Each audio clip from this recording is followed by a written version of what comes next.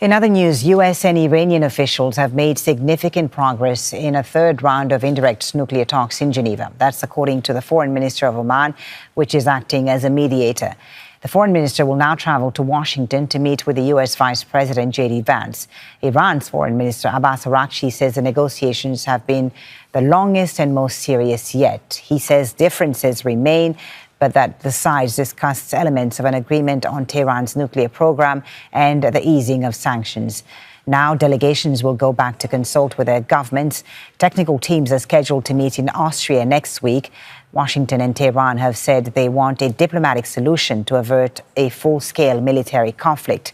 US President Donald Trump has maintained the threat of possible strikes against Iran unless it agrees to a deal. Now, as talks were underway in Geneva, the U.S. moved more of its military assets closer to the Middle East. The USS Gerald Ford, the world's largest aircraft carrier, left the Greek island of Crete on Thursday and is heading east. Another aircraft carrier group has already been deployed near the Gulf of Oman. Washington has also sent more than 300 U.S. military aircraft to the region. Let's bring in Al Jazeera's Tawhid Asadi in Tehran now for more. Tawhid, so Oman's foreign minister says there's been significant progress in the talks in Geneva. What's the political mood in Tehran? Well, indeed, we can say that Iran's positioning, specifically following the talks in Geneva yesterday, is based upon a sort of cautious and calibrated optimism and a sort of pragmatism that we see there as a matter of fact when it comes to the statements that we hear from the Iranian side, specifically Iranian foreign minister, who, following the talks between the two sides, came out to say that based on his assessment, progress has been made and we are expecting at least 2 rounds of talks, one in Vienna, which is set to be held on Monday, and the conversation there is going to be on the technicalities, and the UN nuclear watchdog IAEA is going to host those talks. And on that, we also know that the IAEA's Director General Rafael Grossi was also involved, in addition to Omani Foreign Minister, in the indirect talks between Iran and the United States that took place yesterday. And also,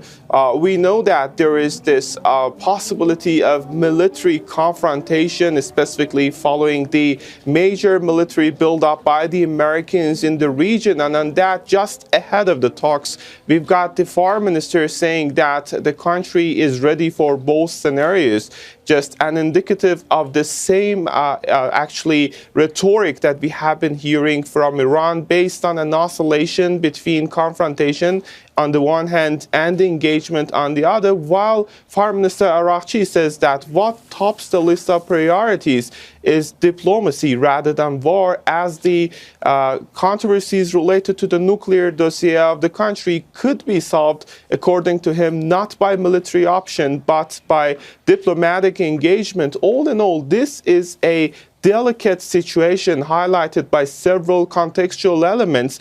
First, this is a very complicated issue, and there are several actors and factors, not just when it comes to the nuclear dossier, in which we have serious issues such as a stockpile of enriched uranium, as well as the entire process of enrichment and the inspections, but also other controversial issues between Iran and the United States that for the time being remain off the table. And added to that is the cloud of uncertainty that is putting a certain amount of impact on the talks between the two sides. Some very complex negotiations, no doubt. Tawhid Asadi in Tehran, thank you.